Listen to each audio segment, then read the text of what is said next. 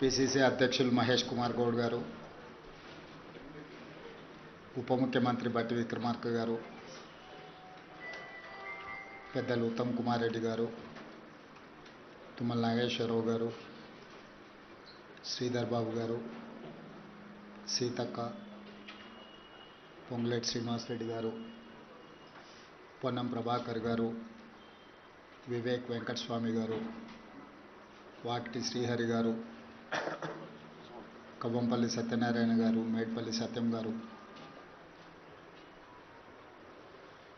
ఈ పత్రికా సమావేశంలో ఇండియా కూటమి ఉపరాష్ట్రపతి అభ్యర్థిగా జస్టిస్ సుదర్శన్ రెడ్డిని ప్రకటించడము తెలుగు ప్రజలకు,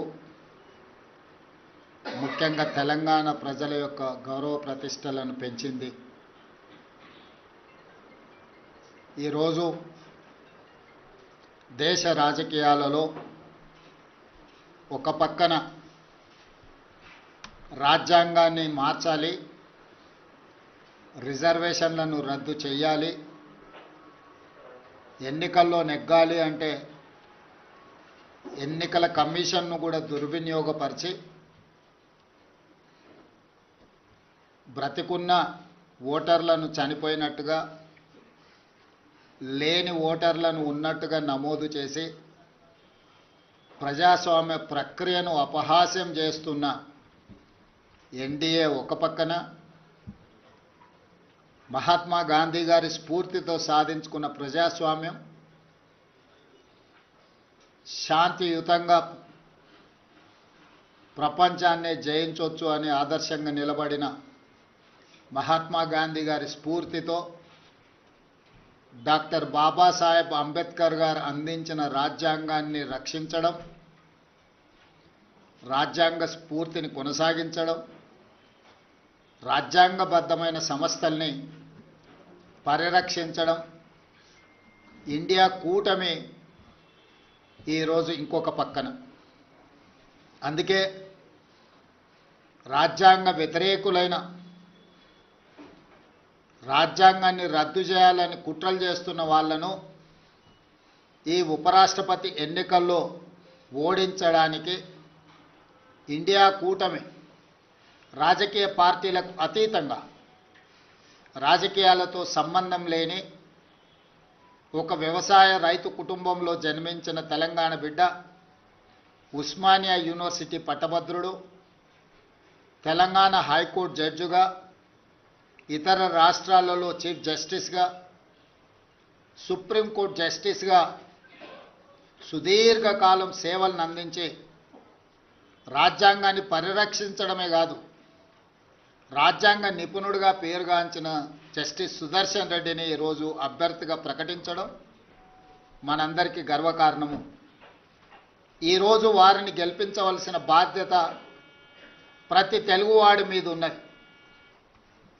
దేశ రాజకీయాలను ప్రభావితం చేయగలిగిన, దేశ ఆర్థిక వ్యవస్థను ప్రపంచంతో పోటీ పడే విధంగా తీర్చిదిద్దిన పివి నరసింహారావు గారి తర్వాత మళ్ళీ తెలంగాణ ప్రాంతానికి జస్టిస్ సుదర్శన్ రెడ్డిని ఇండియా కూటమి ఉపరాష్ట్రపతి అభ్యర్థిగా ప్రకటించడం మనందరికీ గర్వకారణము. అందుకే ఈరోజు తెలంగాణ రాష్ట్ర ప్రభుత్వం తరఫున ఇండియా కూటమి రాజకీయాలకు అతీతంగా న్యాయ నిపుణుడు, న్యాయ కోవిదుడు జస్టిస్ సుదర్శన్ రెడ్డి గారిని అభ్యర్థిగా ప్రకటించడంతో రాజకీయాలకు అతీతంగా మనందరము ఏకం అవ్వాల్సిన సందర్భము. అందుకే ఈరోజు Telugu Desam party, YSR party, BRS party, MIM party, అదేవిధంగా ఉభయ రాష్ట్రాలలో ఉన్న బీజేపీ రాజ్యసభ, లోక్సభ మెంబర్స్కు కూడా విజ్ఞప్తి చేస్తున్నా, తెలుగువాడికి దక్కిన గౌరవం జస్టిస్ సుదర్శన్ రెడ్డి ఉపరాష్ట్రపతి అభ్యర్థిగా ప్రకటించడం. అందుకే మనందరం కలిసికట్టుగా 42 మంది లోక్సభ సభ్యులు, 18 మంది రాజ్యసభ సభ్యులు, ఉభయ రాష్ట్రాలకు సంబంధించిన వాళ్ళందరం ఒక తాటి మీదకి వచ్చి జస్టిస్ సుదర్శన్ రెడ్డి గెలుపులో భాగస్వాములు కావాలి. జస్టిస్ సుదర్శన్ రెడ్డిని గెలిపించవలసిన బాధ్యత మన అందరి మీద ఉన్నది. కాబట్టి చంద్రబాబు నాయుడు గారిని, చంద్రశేఖరరావు గారిని, వైఎస్ జగన్మోహన్ రెడ్డి గారిని, జనసేన అధ్యక్షుడు పవన్ కళ్యాణ్ గారిని, ఎంఐఎం పార్టీ అధ్యక్షుడు అసదుద్దీన్ ఓవైసీ గారిని, అదేవిధంగా ఉభయ కమ్యూనిస్టు పార్టీలు ఈ రాష్ట్రాల నుంచి ప్రాతినిధ్యం లేకపోయినా ఇతర రాష్ట్రాలలో కమ్యూనిస్టు ప్రాతినిధ్యం ఉన్నది కాబట్టి ఆయా పార్టీలను కూడా తెలుగు వాళ్ళుగా మన వాళ్ళు సంప్రదించి మద్దతు కూడగట్టి జస్టిస్ సుదర్శన్ రెడ్డి గారి గెలుపు కోసం పని చేయాలి. జస్టిస్ సుదర్శన్ రెడ్డి గారి గెలవడం